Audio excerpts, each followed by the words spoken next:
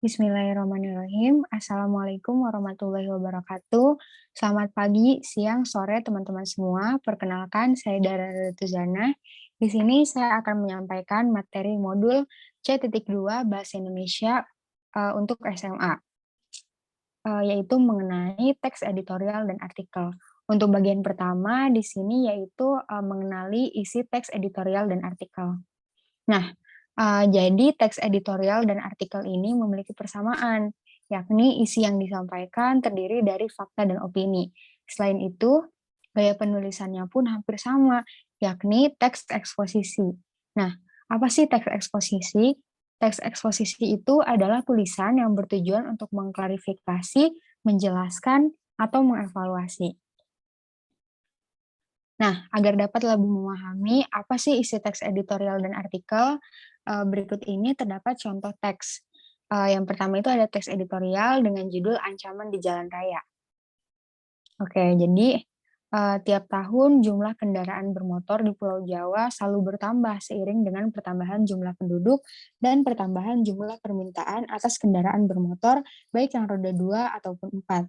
Hal tersebut tentunya membuat kondisi di jalan raya selalu ramai dan macet setiap harinya. Setiap beberapa tahun sekali, jalan raya tak hanya diperbaharui aspalnya, namun juga diperlebar mengingat jumlah kendaraan yang lewat semakin ramai. Tak hanya itu, jalan raya yang dulunya bisa dua arah, kini banyak yang dibuat searah mengingat kemacetan yang terjadi sudah sulit diatasi.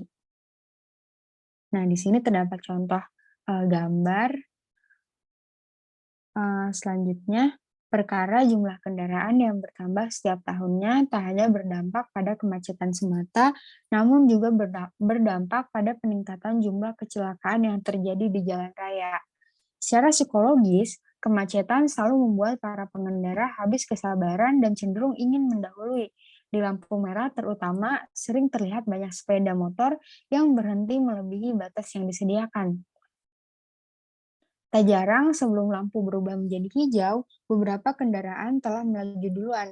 Hal tersebut tentu sangat berbahaya dan tak jarang kecelakaan pun terjadi.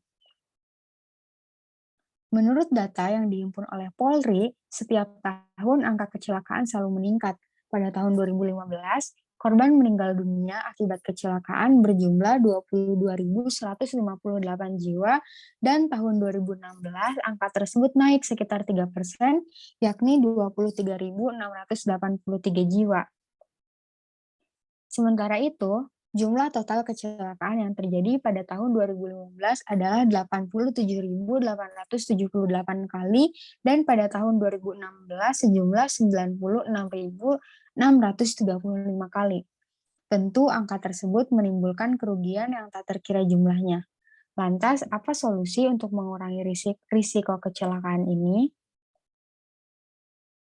Nah, sementara pemerintah telah meningkatkan jumlah dan mutu pelayanan transportasi umum seperti bus, kereta, dan pesawat, namun demikian, alat transportasi darat seperti bus dan angkot masih belum menjadi pilihan masyarakat untuk bepergian karena memang tidak sepraktis dan seekonomis kendaraan pribadi seperti motor. Hal ini masih menjadi PR bagi pemerintah untuk mengupayakan keselamatan masyarakat dalam melakukan mobilitas. Sebenarnya, masyarakat tak hanya pasif dalam hal ini. Sejumlah solusi dan pendapat pun telah disuarakan sebagai kritik. Misalnya, pemerintah selalu menambah kuota jumlah kendaraan yang bisa dipasarkan di Indonesia dan tidak segera memperbaharui dan mempercanggih alat transportasi umum. Bahkan sekarang, untuk mendapatkan kendaraan bermotor sangat mudah dengan cara kredit yang bahkan tanpa uang muka. Sungguh hal ini sangat mengerikan karena mindset masyarakat tak akan pernah berubah dan memilih kendaraan umum sebagai sarana transportasi utama. Kalaupun pemerintah berusaha meredam pemakaian kendaraan bermotor dengan cara menaikkan harga bahan bakar dan menaikkan tarif pajak, hal tersebut tak akan berdampak banyak. Semestinya pemerintah membuat kebijakan baru, yakni mempersulit atau mengurangi angka pembelian kendaraan bermotor yang diimbangi dengan penambahan jumlah, mutu, dan jalur bagi kendaraan umum sehingga situasinya bisa seperti zaman dahulu, yakni warga lebih memilih kendaraan umum untuk bepergian. Kemacetan yang terjadi di jalan raya akibat banyaknya jumlah kendaraan yang melintas tak hanya berdampak sepele. Ancaman di jalan raya bukanlah mitos bahwa risiko keselamatan mengendarai kendaraan pribadi untuk bepergian hanyalah 50% saja. Berhati-hati kadangkala bukanlah jaminan. Pasalnya, di jalan raya, para pengendara berhadapan dengan pengendara lainnya yang kadangkala ceroboh dalam berkendara. Sebenarnya masyarakat tak hanya pasif dalam hal ini. Sejumlah solusi dan pendapat pun telah disuarakan sebagai kritik, misalnya pemerintah selalu menambah kuota jumlah kendaraan yang bisa dipasarkan di Indonesia dan tidak segera memperbarui dan mempercanggih alat transportasi umum. Bahkan sekarang untuk mendapatkan kendaraan bermotor sangat mudah dengan cara kredit yang bahkan tanpa uang muka. Hal ini sebenarnya mengerikan karena mindset masyarakat tak akan pernah berubah dan memilih kendaraan umum sebagai transportasi utama. Kalaupun pemerintah berusaha meredam pemakaian kendaraan bermotor dengan cara menaikkan harga bahan bakar dan menaikkan tarif pajak, hal tersebut tak akan berdampak banyak. Semestinya pemerintah membuat kebijakan baru, yakni mempersulit atau mengurangi angka pembelian kendaraan bermotor yang diimbangi dengan penambahan jumlah mutu dan jalur bagi kendaraan umum sehingga situasinya bisa seperti zaman dahulu, yakni warga lebih memilih kendaraan umum untuk bepergian. Kemacetan yang terjadi di jalan raya akibat banyaknya jumlah kendaraan yang melintas tak hanya berdampak sepele. Ancaman di jalan raya bukanlah mitos bahwa risiko keselamatan mengendarai kendaraan pribadi untuk bepergian hanyalah 50% saja.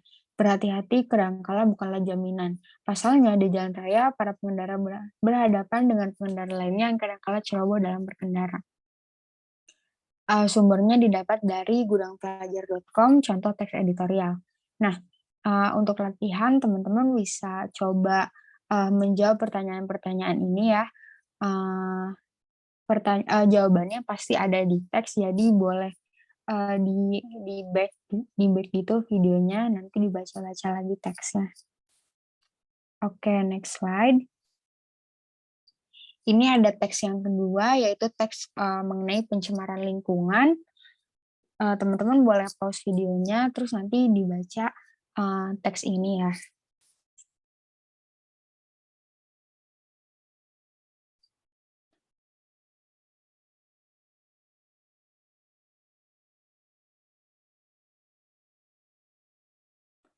Nah, oke.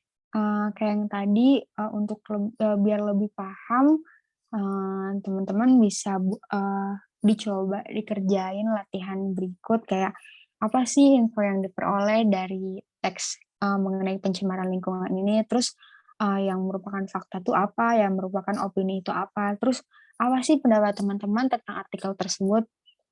Nah, jadi untuk tambahan aja, bedanya fakta sama opini itu, kalau fakta itu dia udah jelas kebenarannya dan biasanya itu kayak berupa data-data yang emang diketahui secara umum dan udah terbukti kebenarannya. Terus biasanya juga kalau berupa angka-angka itu udah pasti fakta gitu. Sedangkan kalau opini itu lebih ke pendapat secara pribadi dan biasanya itu, mmm kita tuh kayak belum belum begitu belum tahu kebenarannya tuh, apakah benar atau enggak gitu. Oke, nah terus di sini juga kan disebutin kalau teman-teman, pengen lebih memahami lagi teks editorial bisa cari contoh-contoh artikel, dari surat kabar, internet, atau sumber lainnya. Nah, oke, materi selanjutnya yaitu, kita harus bisa membedakan fakta dan opini dalam teks editorial dan artikel. Tadi kan udah coba aku, singgung secara singkat ya, di sini mungkin bisa lebih detail lagi. Jadi, sebagaimana kita ketahui bahwa teks editorial dan artikel berisi sikap, gagasan, atau pandangan dari redaktur atau penulis terhadap suatu persoalan yang terjadi di masyarakat. Nah, pada teks editorial, sikap atau pandangan ini diawali dengan rumusan pengenalan isu atau tesis, dikuatkan dengan argumentasi-argumentasi, kemudian diakhiri dengan saran atau rekomendasi. Artinya, di dalam teks editorial selalu terdapat fakta dan opini. Nah, demikian pula dalam artikel. Dalam artikel, fakta dan opini disajikan secara beriringan. Nah, apa sih fakta? Fakta itu adalah hal, keadaan, atau peristiwa yang merupakan kenyataan atau sesuatu yang benar-benar terjadi. Nah, oleh karena itu, fakta sulit terbantahkan karena dapat dilihat, didengar, atau diketahui oleh banyak pihak. Namun, fakta bisa saja berubah jika ditemukan fakta baru yang lebih jelas dan akurat. Fakta yang disajikan dalam teks editorial dan artikel berupa peristiwa dan data-data terkait dengan peristiwa yang dibahas. Kalimat yang mengandung fakta disebut dengan kalimat fakta. Jadi di sini kalian bisa di-highlight ya. Kalau fakta itu kenyataan yang benar-benar benar-benar terjadi. Terus di sini juga clue-nya itu adalah diketahui oleh banyak pihak gitu. Terus di sini apa sih opini? Kalau opini itu adalah tanggapan, sikap, pikiran, atau pendapat redaksi atau penulis terhadap peristiwa atau persoalan yang sedang dibahas. Kalimat yang mengandung opini disebut kalimat opini. Jadi kalau opini itu yang tadi aku bilang, kalau opini itu dia kayak pendapat seseorang atau pendapat pribadi. Di sini kan ditulis kalau opini itu adalah pendapat redaksi atau penulis. Jadi belum tentu terbukti secara benar kebenarannya gitu. Nah, terus biar lebih jelas lagi di sini ada ciri-ciri kalimat fakta. Yang pertama dapat dibuktikan kebenarannya, memiliki data yang akurat, misalnya tanggal, tempat, waktu kejadian, memiliki narasumber yang dapat dipercaya, terus bersifat objektif, kayak apa adanya dan tidak dibuat-buat, yang dilengkapi dengan data berupa keterangan atau angka yang menggambarkan keadaan. Sudah dipastikan kebenarannya, kemudian biasanya dapat menjawab pertanyaan apa, siapa, di mana, kapan, berapa dengan jawaban yang pasti. Nih.